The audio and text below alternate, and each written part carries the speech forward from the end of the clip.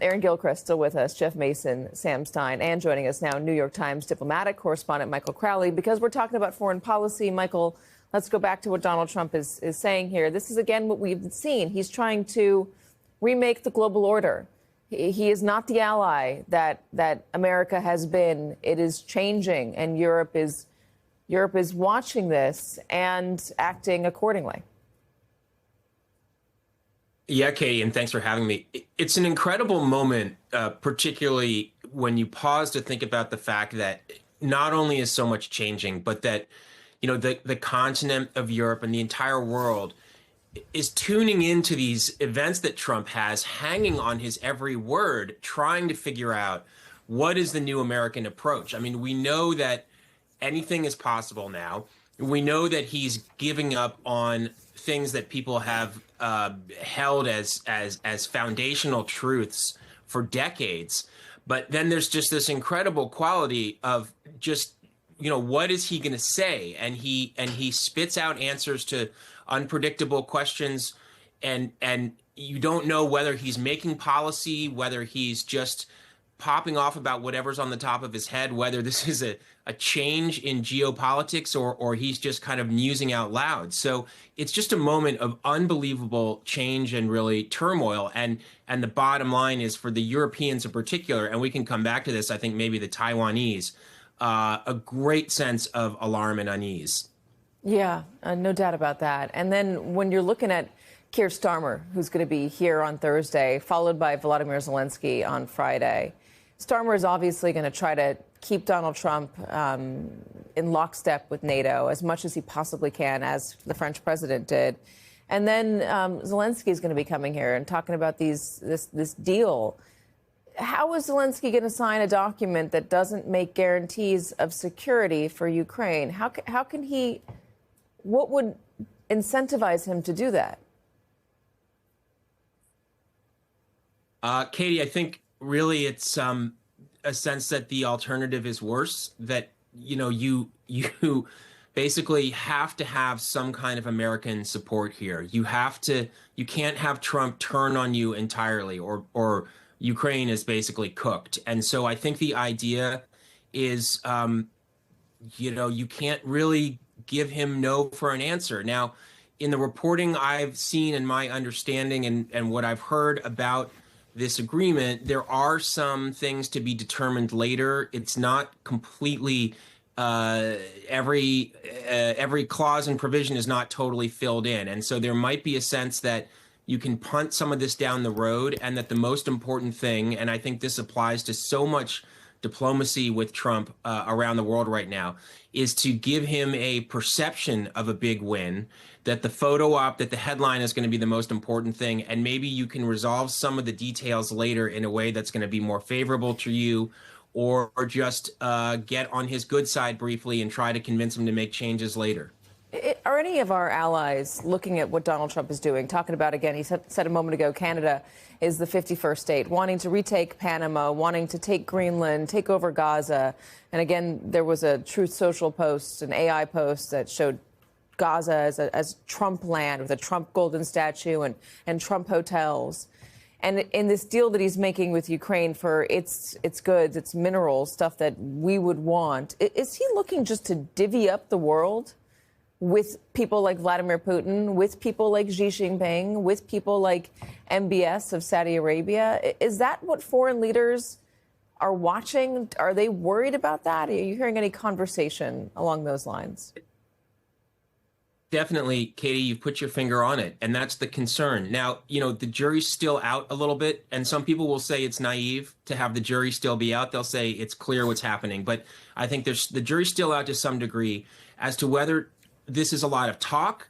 Trump is trying to impress his base, show that he's a strong leader who's asserting himself and making America great again, and how much of this is he really going to follow through on, versus the possibility, and this is where people say it's naive not to think this is the reality, that the reality is Trump sees, basically practices a kind of power politics that governed the world for much of human history, before the world wars in particular, where the strong take what they can, they divide the spoils, and the weaker countries, the weaker people just get exploited and do what they can to survive. And you take what you're able to. And it's just about raw power. And that's certainly the way he talks. And we'll see to what degree he actually follows through on that.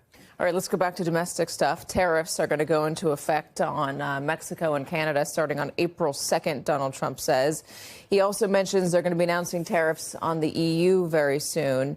Sam, he was making claims that consumer confidence is up. It's higher than it's ever been. Inflation is going down.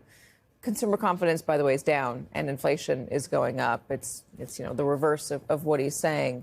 And these tariffs, economists warn, will only make inflation worse, not to mention the agenda that he has, the budget deal that he has in place, adding to the deficit because of the sheer amount of money, the tax cuts that he wants to give to corporations, the wealthy, the wealthier among us in this country.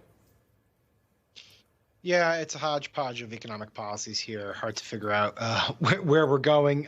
You're right, inflation is up. How much that is due to Trump is debatable. Obviously, he's just a month in, but he did, for what it's worth, promise that it would come down immediately, and that's not happening.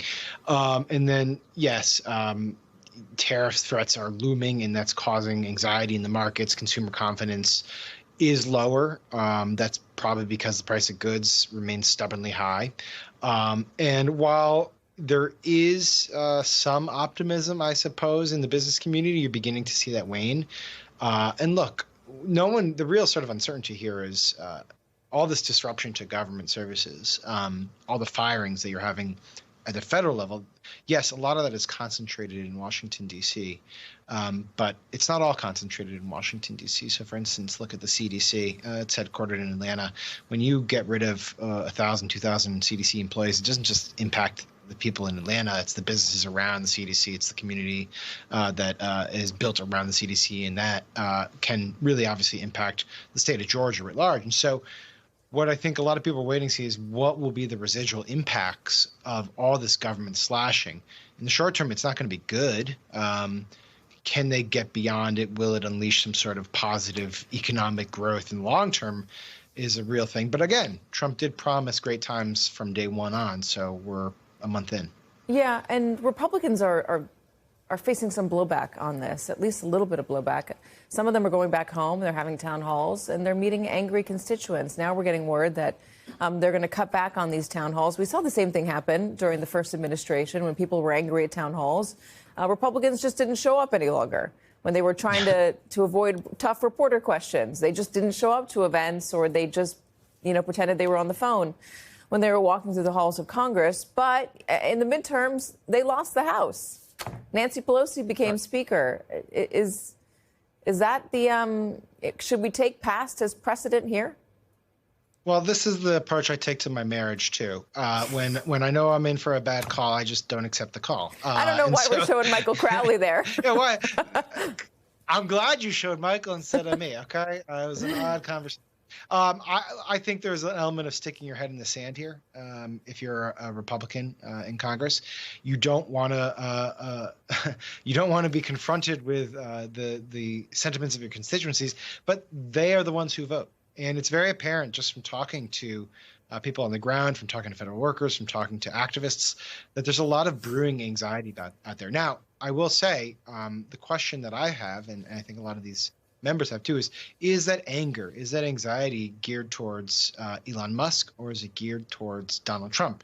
I don't think this is deliberate, but it might end up being shrewd that Elon Musk ends up being sort of this human shield for Trump, where a lot of people are angry at what Doge is doing, and they blame Elon Musk for this very haphazard and poorly executed plan to fire tens of thousands of government employees and cut critical services. And then Trump gets to sort of avoid some of that mess by being just one person away from it. Ultimately, though, the buck does stop with him, and ultimately House Republicans have to figure out how to handle this. And if they go home and they get confronted by constituencies, they need to have better answers than they're giving them right now.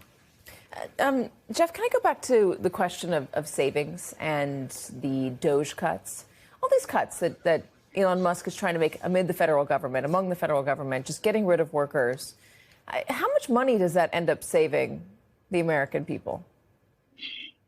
Well, I don't have the figures right in front of me, but compared to the overall U.S. budget, it is marginal. It is fractional. The money that they're going to spend with the tax cuts is a much greater number than they're going to offset with the job cuts that they're planning on doing. But it is, I mean, I don't doubt that the Trump White House wants to make cuts and believes that they see fraud and waste and that those are things that they're targeting.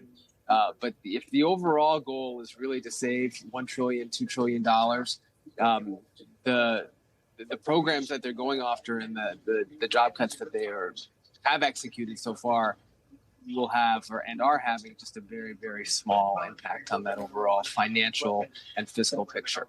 When they talk about looking at the Pentagon, looking at defense, they talked about cutting down on the workforce there.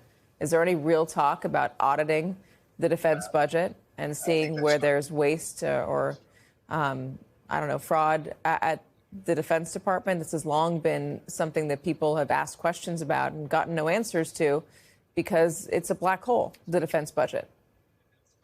And I think it's fair to say that Republicans generally are very supportive of the Pentagon and of the military and of defense spending.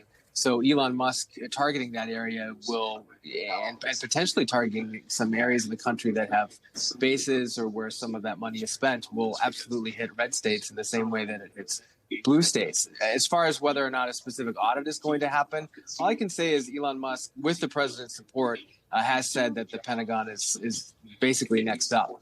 So, whether that's an audit or the broader DOGE sort of treatment in terms of looking for things that it can cut, they've made very clear that the military and the Pentagon writ large are on their list.